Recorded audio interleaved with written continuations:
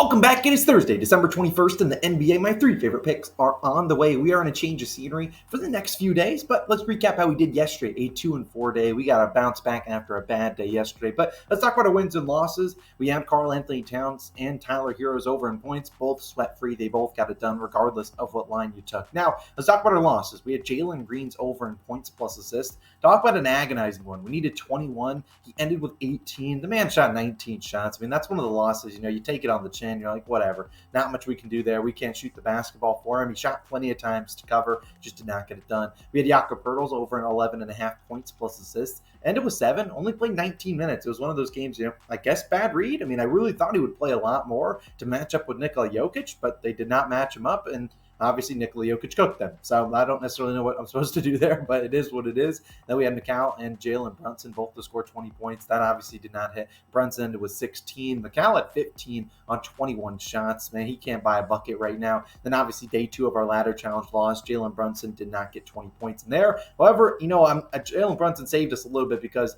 Alperen Sengun, I swear, had 14 points for the whole second half, and he ended with 14. So we would have missed on the hook by him. So whatever. The ladder challenge is going to take a couple days off, probably until I get back home when I have a lot more proper time to spend a lot of time on that. But obviously I want to pour all my heart into all these videos because normally when the ladder's not here, we normally crush the straight bet. So hopefully we can do just that. I got 3 of them coming inbound for you all, but I also have some more for the NFL on Thursday Night Football. We are on a 6-1 run in the NFL. Go check it out. We were down 15 units in the NFL. Terrible first 12 weeks, and we've turned it around. We're in the positives, and we're going to keep cooking the books, hopefully. So go check out that. That video is posted yesterday afternoon, evening. Go check it out. Link it at the top of the description in the pinned comment, and also link it at the end of this video. 2 picks for Thursday Night Football. But you guys came here for winners, and I'm going to start with the guy that's on the thumbnail, a guy that returned for the first time after a 25-game suspension. Ja Morant over 28.5 points, minus 115 on BetMGM. Now, if the line does go up to 29.5, I'm cool there. It's basically asking Morant to get us 30-plus points. Now, I did look at his points plus rebounds. I actually don't mind the points plus rebounds at about 34.5, 35.5. However, I'd rather just take this, and I know you could take the PRA line, but they've kind of juiced up that PRA line. They got him for 9.5 assists tonight, which obviously Morant can get 10-plus assists. I'd rather just ask him to put the ball in the basket, which we obviously know how talented he is at doing just that. Now, you look at Morant, who did return last game to the tune of 34 points, 12 of 24 field goal attempts. Attempted 11, 12 free throw attempts too. He scored 27 points in the second half. We know he just did not do much in the first half, and I think that was more of him trying to figure out his way in this offense and kind of letting his teammates kind of do their thing. Then they got down by 20. He was like, all right, fine, screw you guys. I'm going to go out and do my thing. And that was a tough matchup against the New Orleans Pelicans. They have Herb Jones, and he got anywhere he wanted. Now, today's not the toughest matchup as they go up against the Pacers. We talk about the Pacers all the time. Play at the fastest pace in the NBA, and the Pacers also allow the most points per game in the paint. They are a team that take away 3-point shooters. So a guy like Desmond Bane, probably not, knocking down a ton of threes. He could probably still score points against the Pacers because I'm pretty sure anyone can. But I think it's just an awesome matchup for Ja Morant to just attack the hoop and not be faced with a ton of resistance. Now, Miles Turner will be down there, but I'm not too concerned about him. The over-under for this game is 247.5, and the Pacers are just a team that really doesn't have the proper defense to slow down a guy like Morant, who will be able to get to the paint whenever he wants. We've seen that kind of happen with Giannis Antetokounmpo. Obviously, Giannis and Ja Morant, much different players, but kind of the same kind of mindset. I'm attacking the hoop, and you're going to have to stop me. And obviously, Morant returning back home for the first time this season. There's plenty of motivation, not only for Morant to show up, because, he wants to shut up some haters, but also the fans are going to be absolutely ballistic today. And I just think he's going to see a ton of field goal attempts and a ton of volume. We've seen 17 of 25 guys with 20-plus shots against the Pacers have scored 30 or more points. You look at 8 guys that went under, all of them shot below 45% except for one guy. So the volume should be there for Morant, who did shoot 50% last game despite going 0 for 5 from the three-point line. I'm just confident he's attacking the hoop, and I think he'll be able to score at will tonight. And I know 28.5 is a high line, but look, it's high for a reason against this Indiana Pacers team. I also think the Pacers could win a game like this. We know how talented the Pacers are. Obviously, we're in a little bit of a slump. Got a win yesterday, and they are on a back-to-back. They could get smoked here. You wouldn't be too surprised, but I think the Pacers show up, and I think that we're going to see a very high-scoring game. 247.5. I like Ja Morant tonight. Hopefully he's in score mode and not, facilitating and getting the ball to his teammates, but I really like Ja Morant over 28.5 points. A little square, but I really think he's just in for too good of a matchup to go out there and dominate. Now, my second play is going to be a guy that if you've been watching the videos over the past few seasons, number one, I appreciate you for being a part of the community for so long. This is a guy that I've been pretty critical of in the past. Let's talk about Anfernee Simons, over 25.5 points, minus 111 on FanDuel. Now, a couple books do have this at 26.5. I considered laying a little bit of juice on 25 plus, which is about minus 130 on FanDuel, but I really think Anfernee has got a good chance of scoring 30 plus points tonight. Now, like I said, I've been critical of Anfernee in the past because when Damian Lillard was on his team,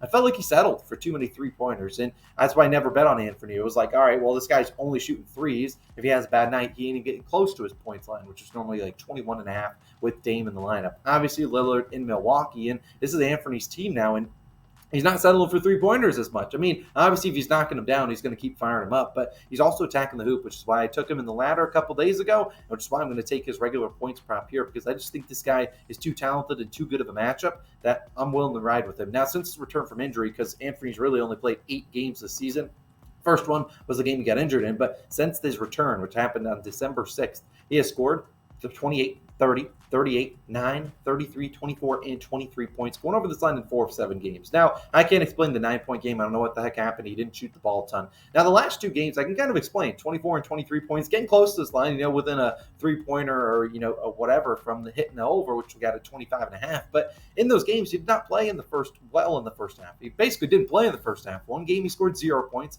The other game, he scored 6 points in the first half. I mean, he shot 2 for 14 for the first half of the last 2 games.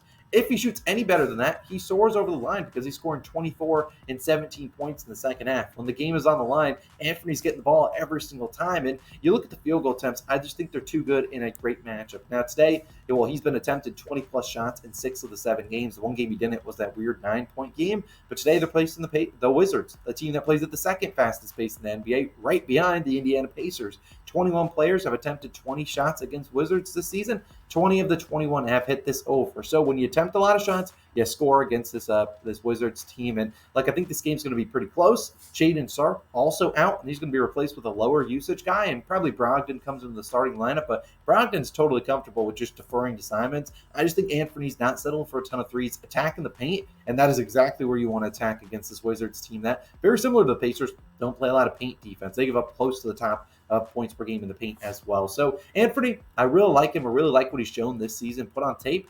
Normally, I wouldn't take his line at 25, 26.5, but I think just in a great spot, a fast-paced game, back at home, I really think he has a good chance of dominating. So give me his over, 25.5 points. I like it at 26.5. You want to use it as a parlay place for parlay play for leg for 25-plus points. I really think he gets that if he gets the volume, which I'm pretty confident he gets that tonight. Now, my third play, we're going to go to a same-game parlay. It has a pretty easy pivot, but I think this is better than taking the pivot. But I'll talk about these two fellas on the OKC Thunder back at home, taking on the Clippers. It's Chet Holmgren to score 15 points, and his teammate, Shai Gilgeous-Alexander, to score 25 points. Now, this is minus 115 on Bet365. I have no idea the value on FanDuel because they did not have a line for props in this game, as you got the Clippers on a back-to-back. But I'd probably play this about minus 130. I don't really like taking anything higher than that, and I think that's a good play for this, exact same game parlay. Now, Chet Holmgren's over in points is sitting at 16.5. That would be the clear pivot for my people on daily fantasy apps or just wanting to do a straight bet. I think that's the clear pivot. Chet Holmgren to get you one more bucket, get you 17 points. Now, I would consider that, but Chet always likes finishing with 15, 16, or 17, and I could see that happening tonight, although I really like the matchup for him, which is why I'm doing this, 15 and 25. Now, I'm throwing SGA in here for 25 points because he feels like he gets that every given night. 25 plus in 20 of 24 games this season, has scored 30 and 31 versus the Clippers in his last 2, and this is just a great matchup for him to target against the Clippers, who honestly, we all know they traded him away, so he's got a little bit of added incentive there too. But this is just a guy that I think can get and score 25 on any defense. Now let's talk about Chet Holmgren, who has averaged 16.9 points per game this season, right at this 16.5 points line that he's getting. He has 15 plus in 17 of 25, and 8 misses. 6 of them have come on the road. This is a guy averaging 18.4 points per game at home. So clearly, he's a rookie, playing much better at home. That's not a surprise at all. He does have 15 points in 10 of his last 11 at home, and I just don't think Ivica Zubac can guard him. Let me keep it simple. Zubac, obviously not the fastest guy moving laterally. Chet Holmgren, we know how talented he is if he can knock down the shots, which he's been shooting well from the three-point line, but also just moving laterally, kind of getting around guys, doing Euro steps and all that stuff. I really think that Zubac cannot guard him tonight. So I really like Chet for 15-plus points and SGA for 25. I like each of their individual lines. SGA normally gets pretty close to his, but I think this is a great same-game parlay to target. So minus 115, I'll take a stab at that. Those are my 3 favorite picks of the day. Morant, Anfernee Simons, Chet, and Shea. Boom. That's a 3-0 card. Let's have a wonderful day. You guys let me know your favorite picks down below in the comments. And as always, if you want to go check out our Thursday Night Football picks for Saints versus Rams, 2 picks, 2 winners, go check it out on a 6-1 run over there. I'll see you guys in the next one, probably in a different change of scenery tomorrow. I'll see you then. Peace.